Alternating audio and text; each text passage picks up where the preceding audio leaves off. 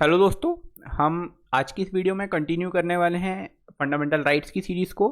तो हमने कहाँ तक पढ़ लिया था, एक बार मैं रिमाइंड करा दूं कि मैंने हिस्ट्री के बारे में बता दिया था थोड़ा सा आपको फंडामेंटल राइट्स की। ठीक है कि इतिहास क्या है, क्या चीज़ें रही हैं, राइट। तो देखते हैं। मौलिक अधिकारों की हमने बात की थी कि मैग्ना कार्टा किंग जॉर्ज ने दिया था किन्हें, सामंतों को, वहाँ के कुछ जो प्रजा थी। ठीक है, प्रजा क्यों कहते हैं ये कारण भी मैंने आपको बता चुका हूँ कि अगर आप ईमानदारी से समझना चाहें, प्रजा के पास क्या अधिकार नहीं होते हैं। ठीक है, राजा राज करता है, जबकि तुम भारत के नागरिक हो, तुम्हारे पास अधिकार हैं। और नागरिक वह है जिसके पास अधिकार हो, जो अपना जनप्रतिनिधि चुन सके। ठीक है, तो यहाँ पर एक बहुत इंपॉर्टेंट बात देखने को क्या मिल रही है, जो अपना जनप्रतिनिधि चुन सके। तो मान के चलो एक व्यक्ति ये है, एक ये व्यक्ति है। ठीक है, ये क्या है, सब्जेक्ट है। सब्जेक्ट मतलब प्रजा।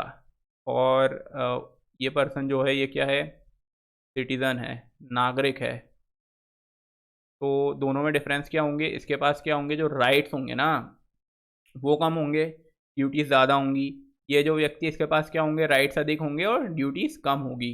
तो ये दोनों में क्या हो गया, एक डिफरेंस हो गया। इससे आप लोगों को और अच्छे से समझ में आ गया होगा। अब हम आगे चलते हैं। भारत में मांग, तो भारत में जब कब कब मांग उठी थी, इस पर मैंने आपको बता दिया। सबसे पहले 1895 में मैंने बताया था, एनी बिसेंट है ना, constitution of India bill, any Besant.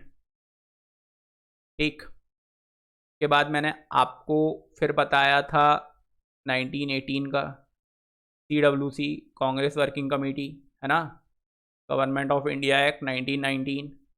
उसके बाद मैंने फिर आपको बताया था MK गांधी, जो महात्मा गांधी थे, उनकी कमेटी बनी थी अराउंड 1924। और आफ्टर डैट हमें क्या देखने को मिलती है, नेहरू रिपोर्ट। नेहरू रिपोर्ट 1928। और उसके बाद गवर्नमेंट ऑफ इंडिया एक्ट 1935। इतनी जगह पर क्या हुई थी, कॉन्स्टिट्यूशन की मांग उठी थी या कॉन्स्टिट्यूशन से रिलेटेड बात की गई थी, है ना। आगे देखते हैं, मौलिक अधिकार और संविधानवाद में क्या संबंध है। मैंने आपको कल ही समझाया था what is the meaning of संविधानवाद। ये क्या करता है, मौलिक अधिकार कॉन्स्टिट्यूशनलिज्म के बेस पे चलता है या कॉन्स्टिट्यूशनलिज्म को मानता है। तो what is the meaning of this word constitutionalism. तो अगर हम देखें तो कॉन्स्टिट्यूशनलिज्म क्या होता है, मान के चलो कोई व्यक्ति है, उसके पास बोलने के अधिकार हैं, लेकिन उसको क्या किया गया है, बैलेंस रखा गया है। वो ऐसा नहीं है कि कुछ भी बोल सकता है। हाँ, उसके पास बोलने का, व्यक्ति के पास अधिकार है, लेकिन कुछ भी नहीं है ना। तो क्या कहता है कॉन्स्टिट्यूशनलिज्म, कॉन्स्टिट्यूशनलिज्म या संविधानवाद की जब बात आती है, तो संविधानवाद कहता है कि नागरिक के जो अधिकार हैं और जो गवर्नमेंट की पावर है, इसके बीच क्या बनना चाहिए, एक बैलेंस बनना चाहिए। ना ये ज़्यादा होनी चाहिए, ना ये ज़्यादा होनी चाहिए, क्योंकि इनमें से अगर एक भी ज़्यादा हो गए तो व्हाट हैपेंड, क्या आ जाएगा, चॉस, या क्या हो जाएगा, अराजकता आ जाएगी। और वो क्या होगा, समाज के लिए सही बिल्कुल भी नहीं होगा, है ना। अब जैसे कि यहाँ पर बात करें तो ये बहुत एक फेमस एक्टर है, मेरे पास बोलने का मौलिक अधिकार है, मैं कुछ भी बोल सकता हूँ। तो उसमें एक क्या कह सकते हैं, एक एक्टर जवाब देगा कि तुम्हें कुछ भी बोलने का अधिकार नहीं है ना। संविधान में युक्तियुक्त प्रबंधन है, तो युक्तियुक्त प्रबंधन हमने लगाए हैं। क्यों लगाए हैं, क्योंकि ये ज़रूरी है। वाई इट इज़ इम्पॉर्टेंट, क्योंकि ये क्या करते हैं, नागरिकों के अधिकार को भी अधिक नहीं होने देते, है ना। मान के चलो नागरिकों के अधिकार अधिक हो गए तो फिर प्रॉब्लम हो जाएगी, वहाँ पे भी समस्या क्रिएट हो जाएगी। और मान के चलो ये युक्तियुक्त प्रबंधन की जो हम बात कर रहे हैं, तो ये जो युक्तियुक्त प्रबंधन है ना, इसके लिए सुप्रीम कोर्ट जो है, उच्चतम न्यायालय, उसको क्या दिया गया है, उच्चतम न्यायालय को यह अधिकार दिया गया है कि उच्चतम न्यायालय डिसाइड करेगा। उच्चतम न्यायालय को यह डिसाइड करना है कि जो हो रहा है ना, वो क्या सही में युक्ति युक्त प्रबंधन है, रीजनेबल रिस्ट्रिक्शंस जिनको हम कहते हैं, तो क्या वो सही में रीजनेबल है या कुछ भी लगा दे रहे हैं उठा के, है ना, मनमानी तो नहीं चलेगी। तो डेट्स वाई ये ताकत उच्चतम न्यायालय या जुडिशरी के पास है कि वो उसका क्या करेगी, अवलोकन करेगी। हाँ, अगर इसकी विशेषताएं की बात करें, मौलिक अधिकार की विशेषताएं क्या क्या होती हैं? एक तो सबसे पहले क्या होते हैं, वाद योग्य होते हैं, ठीक है। दूसरे क्या होते हैं, ये संरक्षण प्रदान करते हैं, कैसे? सरकार की अनियंत्रित शक्ति से नागरिकों को क्या प्रदान करेंगे, ये संरक्षण या प्रोटेक्शन प्रदान करते हैं। मैं आपको दो दो तीन तीन मतलब मेन बता रहा हूँ, और एक तो आप लोग वही लिख सकते हो कि विकास का आधार प्रदान करते हैं।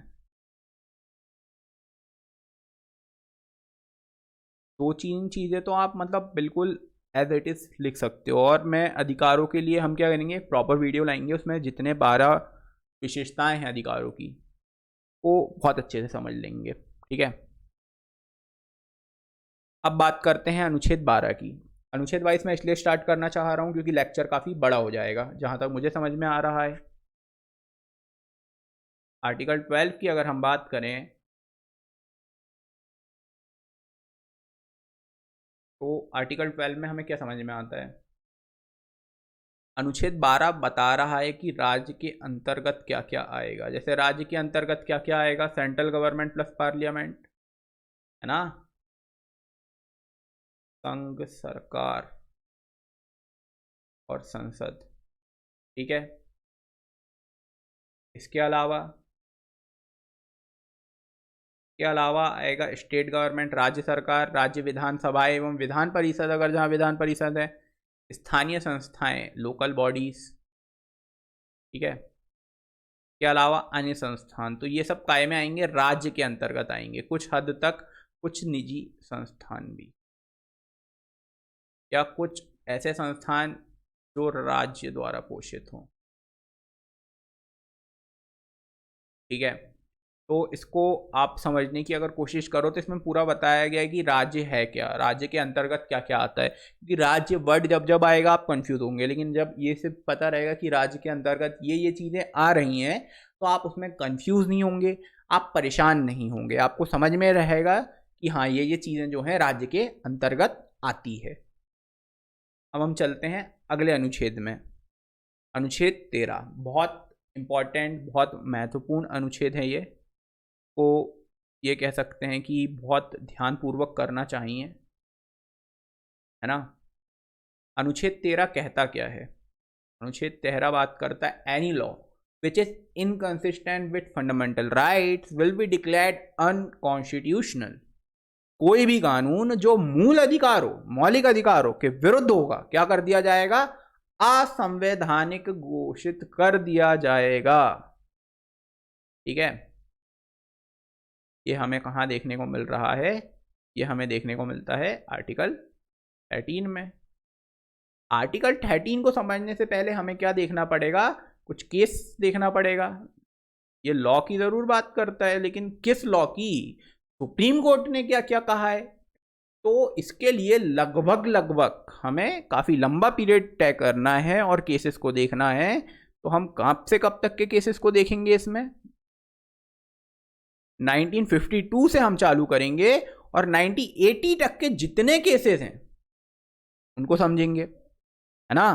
तो एक एक करके स्टार्ट करते हैं और समझने की कोशिश करते हैं कि यह है क्या। सबसे पहले मैं आपको केसेस की लिस्ट बता दे रहा हूं कि कौन कौन से केसेस हैं। उसके अलावा मैं आपको बता रहा हूं कि आप लोगों को एक चीज ध्यान में रखनी है, कौन सी गवर्नमेंट थी, लाइक नेहरू एरा, मतलब जब नेहरू जी का शासन था, और लाइक इंदिरा एरा जब मिसेस गांधी शासन में थी, ठीक है, या शासन में आई। तो यहां से लेके आप कुछ हद तक यहां तक मानो तो ये कह सकते हैं कि ये कहाँ की कहानी है, नेहरू एरा की, मतलब जो शंकरी प्रसाद सज्जन सिंह वर्मा केस है ये नेहरू एरा का केस माना जाता है। अब कहानी क्या थी हम समझते हैं। जैसा कि आप सभी जानते हैं कि क्या होता है, आप लोगों ने चंपकन दोई-राजन मामले के बारे में या चंपकन दोई-राजन केस के बारे में सुना होगा। भले ही वो इस तरह से हम देख सकते हैं कि वो अलग पर्सपेक्टिव में जाएगा रिजर्वेशन के, बट हम उसे यहाँ भी कनेक्ट कर सकते हैं। तो उसमें हमें क्या देखने को मिला था? चंपकन दोई-राजन मामले में यही बात थी कि क्या किया जा रहा है, इक्वालिटी बिफोर लॉ, है ना, इक्वल है ना, सभी समानता है, तो समानता को तो ख़त्म किया जा रहा है और ये सही नहीं है किसी भी तरह से, यही बात कही गई थी, राइट। समानता इज ऑल्सो इम्पॉर्टेंट, समानता ज़रूरी है, ठीक है। शंकरी प्रसाद केस, सज्जन सिंह वर्मा केस, इन सबसे पहले क्या था? चंपकन दोराई-राजन वाद। और चंपकन दोराई-राजन वाद में क्या बात की गई थी? तो चंपकन दोराई-राजन वाद में हमें देखने को क्या मिल रहा था? वहाँ बहुत क्लियर हमें एक चीज़ देखने को मिली थी, and what was the thing that, कि उसमें क्या किया था, सुप्रीम कोर्ट ने डायरेक्ट बोल दिया था कि ये गलत है और आप रिजर्वेशन नहीं दे सकते। वो बात थी, मद्रास गवर्नमेंट था उस समय, और मद्रास गवर्नमेंट ने मेडिकल के कुछ केसेस में, ये कह सकते हैं मेडिकल कॉलेज में रिजर्वेशन या आरक्षण प्रदान किया था। उसके बाद साथ मद्रास गवर्नमेंट जाती है मिस्टर नेहरू के पास, पंडित जवाहरलाल नेहरू क्या करते हैं, प्रथम संविधान संशोधन लेके आते हैं, और प्रथम संविधान संशोधन में ही हम क्या ऐड करते हैं, हम आरक्षण का मुद्दा ऐड कर देते हैं और रिजर्वेशन इंट्रोड्यूस हो जाता है। पहले ही, सबसे पहले ही हमने संविधान संशोधन किया, और सबसे पहले कहाँ संशोधन किया? हमने मौलिक अधिकारों में संशोधन करने की कोशिश की। क्यों? क्योंकि हमें क्या चाहिए था, हमें आरक्षण तो लाना था ना, आरक्षण की जरूरत थी। अब क्या हुआ, सज्जन सिंह वर्मा से पहले शंकरी प्रसाद केस है, तो शंकरी प्रसाद केस 1952 था क्या? शंकरी प्रसाद जी क्या हुए, आरक्षण की बात सुन के पहुंचे सुप्रीम कोर्ट, बोले माय लॉर्ड क्या हो रहा है हमारे साथ, गलत किया जा रहा है, आरक्षण, इक्वालिटी, आपने बोला था सब समानता होगी, संविधान कहता है, और हम समान कैसे नहीं होंगे? तो उस समय क्या था, प्रो नेहरू स्टैंड था, ये कह सकते हैं कि नेहरू जी और जुडिशरी के बीच अच्छा कोऑर्डिनेशन था, तो नेहरू जी का प्रभाव थोड़ा देखने को मिलता था। तो जुडिशरी ने उस समय क्या करा, जुडिशरी ने क्या किया, जुडिशरी ने निर्णय सुनाया कि बेटा देखो बात ऐसी है, वो उन्होंने कहा कि यहाँ पे आपको समझाते हैं। जुडिशरी ने कहा कि आर्टिकल 13 टॉक्स अबाउट लॉ, ठीक है, एनी लॉ, लेकिन देखो इसमें भी दो होते हैं, एक तो ऑर्डिनरी लॉ और दूसरा होता है कॉन्स्टिट्यूशनल लॉ। मतलब आर्टिकल 368, ठीक है, अगर ऑर्डिनरी लॉ आईपीसी सीआरपीसी के द्वारा किया जा रहा है तो इसको क्या कर देंगे हम, नल एंड वॉइड कर देंगे। लेकिन क्योंकि ये काय के द्वारा किया जा रहा है, आर्टिकल 368 के द्वारा किया जा रहा है, इसलिए हमें इसको क्या करना पड़ेगा, इसको देना पड़ेगा हमको राइट, और इसको क्या मानेंगे हम कि ये सही है, और इसके द्वारा अनुच्छेद 13 या आर्टिकल 13 का किसी भी तरह से क्या नहीं हो रहा है, उल्लंघन नहीं हो रहा है, ये बात कही गई थी सुप्रीम कोर्ट के द्वारा, ठीक है। आफ्टर दैट हमें क्या देखने को मिलता है कि दूसरी बार, दूसरा कौन सा केस था, सज्जन सिंह वर्मा केस। सज्जन सिंह वर्मा केस के बाद गोलकनाथ केस, उसके बाद आता है 24वां संविधान संशोधन 1971, उसके बाद आता है केशवानंद भारती केस, उसके बाद आता है 42वां संविधान संशोधन 1976, उसके बाद आता है 44वां संविधान संशोधन 1978, और उसके बाद आता है मिनर्वा मिल्स केस 1980। देखिए हम एक एक करके करेंगे, मैं वीडियोस थोड़े से शॉर्ट रखना चाह रहा हूं ताकि आप लोगों को समझ में आ सके चीजें प्रॉपरली। इसके अगले वीडियो में हम डिस्कस करेंगे किसके बारे में, आगे के केसेस के बारे में, सज्जन सिंह वर्मा केस के बारे में बात करेंगे, हम गोलकनाथ केस के बारे में बात करेंगे, संविधान संशोधन के बारे में बात करेंगे, और आगे केसेस के साथ फिर हम आर्टिकल 14 की तरफ बढ़ेंगे। आज के लिए बस इतना नहीं।